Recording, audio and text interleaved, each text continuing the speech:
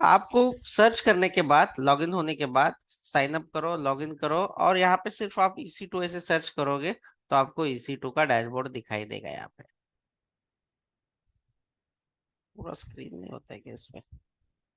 ठीक है, पूरा EC2 का सिस्टम दिखाई देगा यहाँ पे। देखो, दिख रहा है आप लोगों को EC2 का डैशबोर्ड? Yes sir. ठीक है। अभी यहाँ पे इंस्टेंस मतलब कि हमारी सिस्टम, यानी कि कितने सारे मशीन यहाँ पे रनिंग है। तो यहाँ पे मैं क्लिक कर देता हूँ और देखते हैं कि कौन सा रनिंग है। अभी ये सर्वर एक्चुअली IMS का सर्वर है, जिसमें बैकएंड डिप्लॉयड है, एंड आई गेस कि no one is using this.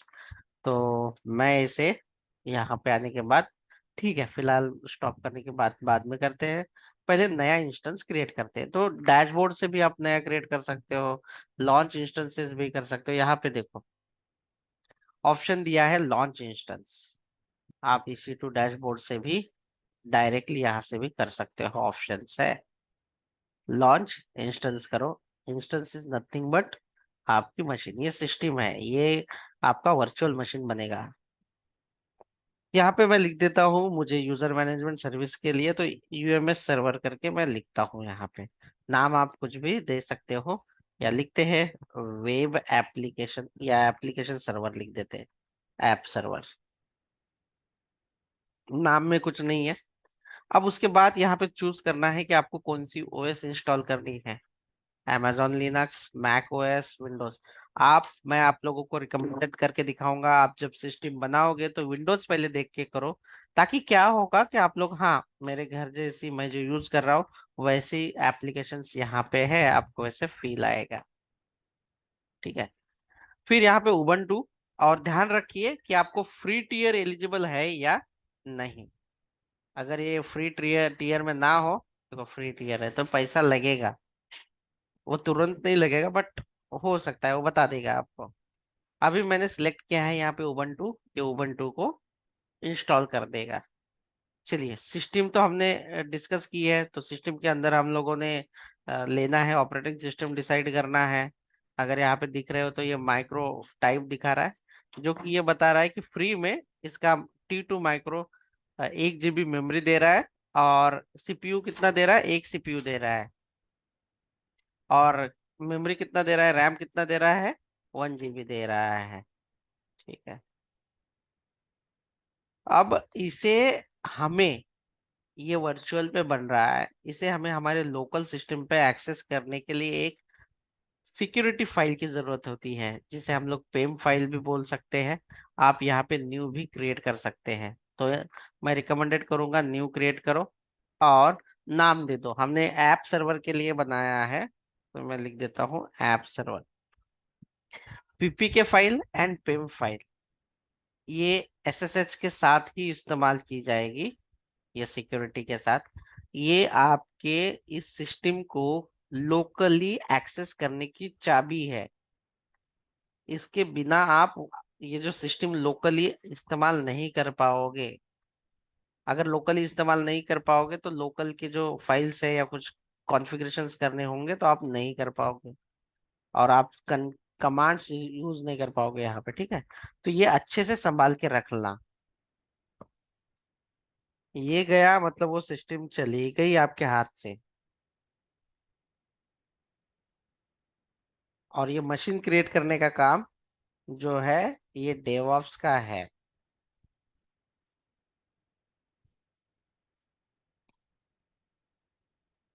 मैंने ऐप सर्वर बनाया, डॉक्यूमेंट की जो फाइल है, फाइल डाउनलोड हो चुकी है। ठीक है। नेटवर्क सेटिंग, ये बहुत इंपॉर्टेंट है, बहुत ज्यादा। अगर ये सिस्टम आपने बनाई है, और आपका एंगुलर एप्लीकेशन जो है कौन से पोर्ट पे चलता है, बताइए। 4200 लोकल। 4200 लोकल होस्ट, वो आपका होस्ट नेम है। पोर्ट 4200 है।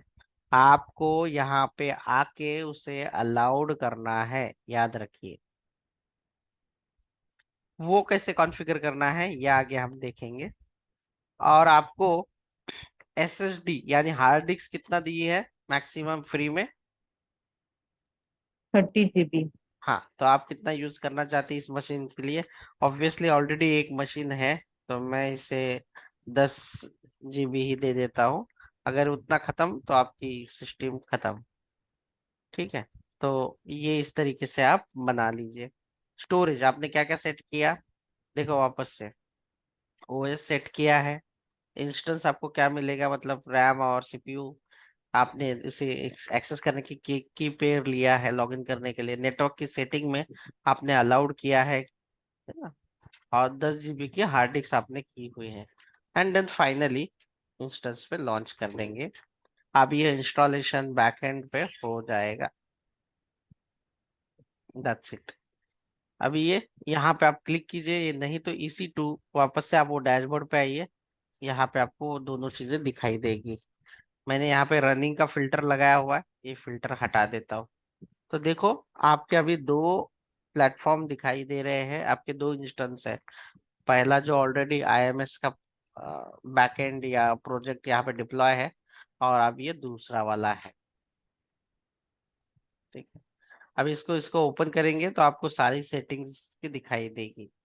पब्लिक IB ये जो दिया है ये सारा। हाँ, अगर आपको डिटेल्स में सिक्योरिटी में चेंजेस करने होंगे, आपको पोर्ट को अलाउ करना होगा। इतने सारे पोर्ट ही अलाउड है आपको, दिस मच ओनली। ये वाले पोर्ट 4200 अलाउड नहीं है। अगर हम लोग एंगुलर इंस्टॉल भी कर दे तो भी, और रन भी कर दे तो भी वो एग्जीक्यूट होगा, बट बाहर पब्लिकली एक्सेस नहीं होगा। इसके लिए आपको कंपलसरी इसमें ऐड करना है। तो कैसे ऐड करना है, इसका कॉन्फ़िगरेशन सेटिंग में जाके इसे ऐड कर देना है, वो पोर्ट अलाउड कर देना है, ये ध्यान में रखिए। इनबाउंड रूल्स, यहाँ पे क्लिक करते हैं सिक्योरिटी ग्रुप पे, एडिट इनबाउंड रूल्स, और ऐड रूल कर देना यहाँ पे कस्टम TCP IP। और आपका जो भी पोर्ट हो जिसे आपको लगता है कि आपकी एप्लीकेशन चल रही है और वो अलाउड करना है, तो यहाँ पे उसे रख दो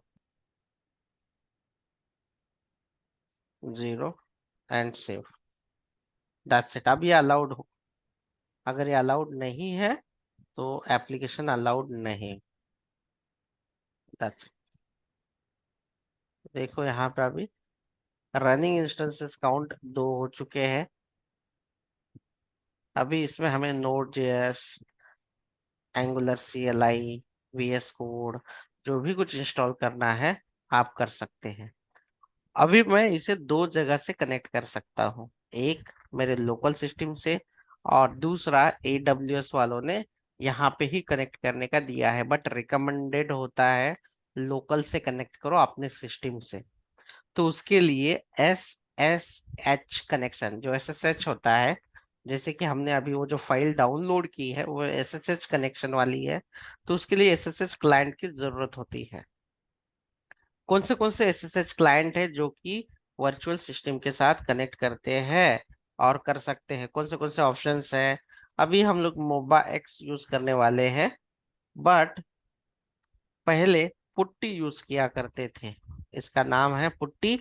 और अगर हमें लोकल की फाइल, हमें ये सर्वर पे अपलोड करनी है, तो हम यूज करेंगे फाइल जिला यूज करेंगे, है ना? और यहाँ पे पुट्टी से ही दोनों काम हो सकते हैं।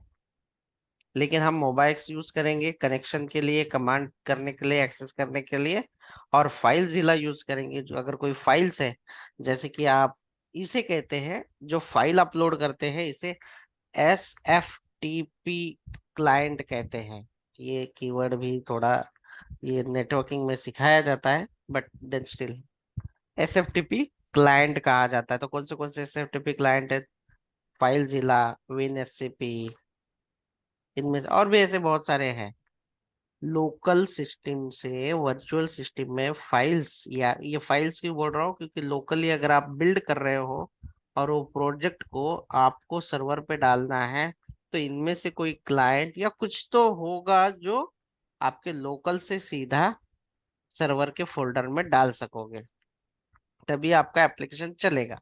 तो ये दो चीजें याद रखें, पहला कनेक्शन करेंगे, और सारी कमांड पुट करेंगे। दूसरा है कि अगर फाइल्स ट्रांसफर करनी है तो हमें एसएफटीपी का, या सिक्योर नहीं लेकिन फाइल ट्रांसफर प्रोटोकॉल भी हुआ तो भी चलेगा। फाइल ट्रांसफर प्रोटोकॉल, ये इसका मतलब है सिक्योर्ड।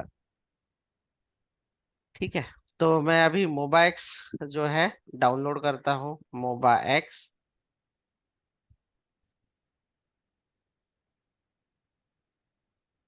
और फ्री वाला वर्जन ले लेंगे, पोर्टेबल वाला, डाउनलोड एक्सट्रा।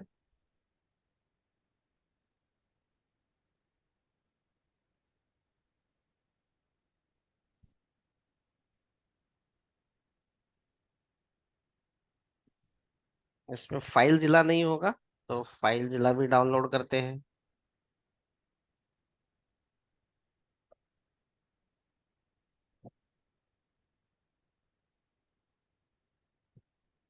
फाइल जिला क्लाइंट डाउनलोड, फ्री वाला डाउनलोड करते हैं।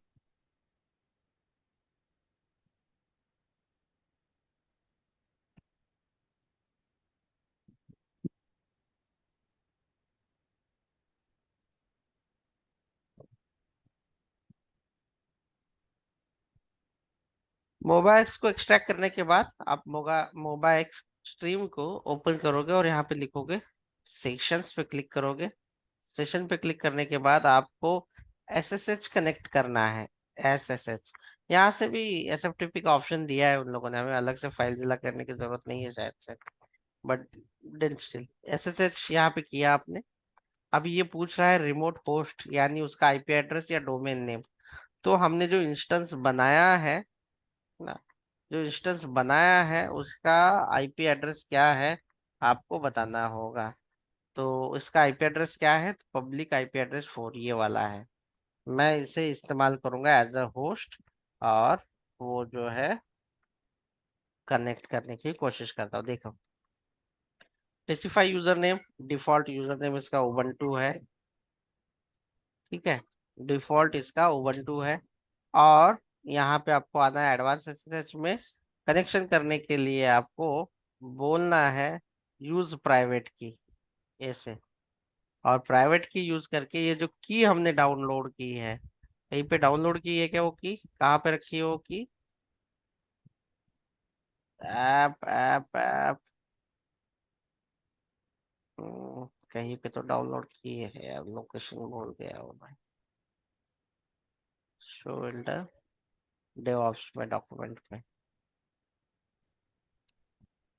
ठीक है, तो इसे आप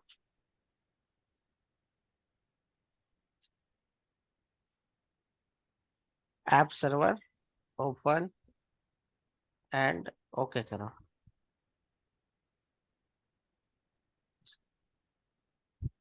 अभी ये कनेक्ट हो गया है सक्सेसफुली, है ना।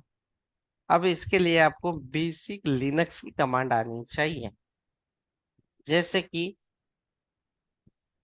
जैसे कि अगर हमें परमिशन चाहिए, रूट यूजर सबसे सुपर यूजर होता है, तो हमें लिखना है सुडो सुडो सु, super user, yes for super, you for user, ऐसे लिखना होगा। कोई भी अगर हमें मॉडिफिकेशन करना है, अभी फिलहाल के लिए आपका जो यूजर है उबंटू यूजर है, आपको सुडो सु ऐसे लिखना है। तब ये रूट यूजर होगा, तभी जाके आप फाइल के अंदर चेंजेस या ये सारी चीजें कर सकते हो, कोई इंस्टॉलेशन कर सकते हो। और इंस्टॉलेशन करने के लिए कोई ज्यादा बड़ी चीज है नहीं, आपको गूगल पे सब मिल जाएगा, सारी कमांड से ही इंस्टॉलेशन होता है। जैसे how to install node JS, how to install node JS in Ubuntu, mostly करके कमांड से ही मैं चला देता हूँ। तो यहाँ पे दिया गया है कि कैसे इंस्टॉल करना है उबंटू के लिए। ये सारी कोई भी कमांड आप ले लीजिए और इसे अप्लाई कर दीजिए। जैसे कि apt इंस्टॉल नोड.js, एक कमांड देंगे, वो कमांड डायरेक्टली कॉपी कर सकते हैं आप ऐसे। सबसे पहले आप सिस्टम को अपडेट करोगे, पेस्ट, ओके। ये मैंने लोकली एक्सेस किया है वो सिस्टम, उस पे मैं नोड जेएस इंस्टॉल कर रहा हूँ।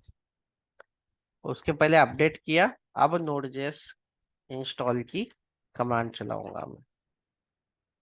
डाउनलोड करने की जरूरत यहाँ पे है नहीं, डायरेक्ट डाउनलोड होगा एंड इंस्टॉल होगा।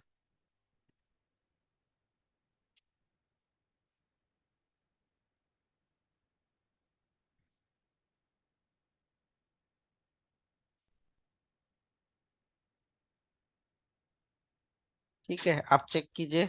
नोड -v आ गया नोड। यस। तो मोस्टली करके इसमें कमांड है बेसिक वाली। फिर उसके बाद इंस्टॉल हो गया नोड। अब वापस से npm इंस्टॉल करना है, तो ऐप इंस्टॉल नोड।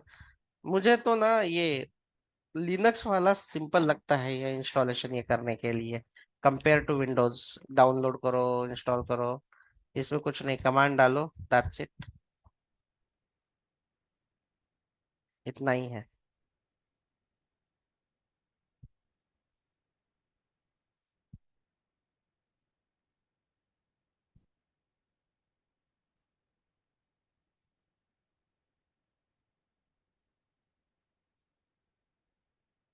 फिर उसके बाद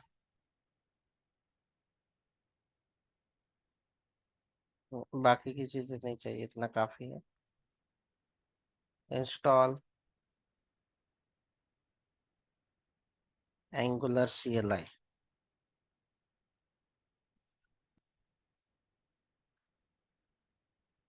कमांड।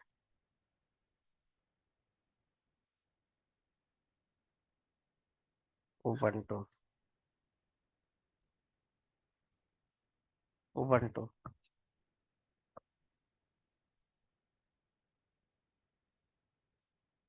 ये कर्ल कमांड ही है ऐसे, नोड.js के लिए, इंस्टॉलेशन के लिए, अपडेट के लिए, है ना।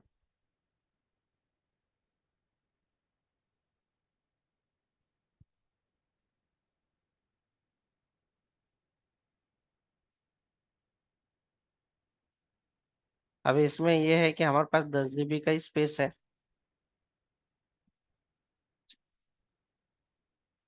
एंगुलर CLI इंस्टॉल करने के लिए क्या कमांड दिया? npm install -g angular/cli, और फिर बाकी की सारी चीजें करूंगा।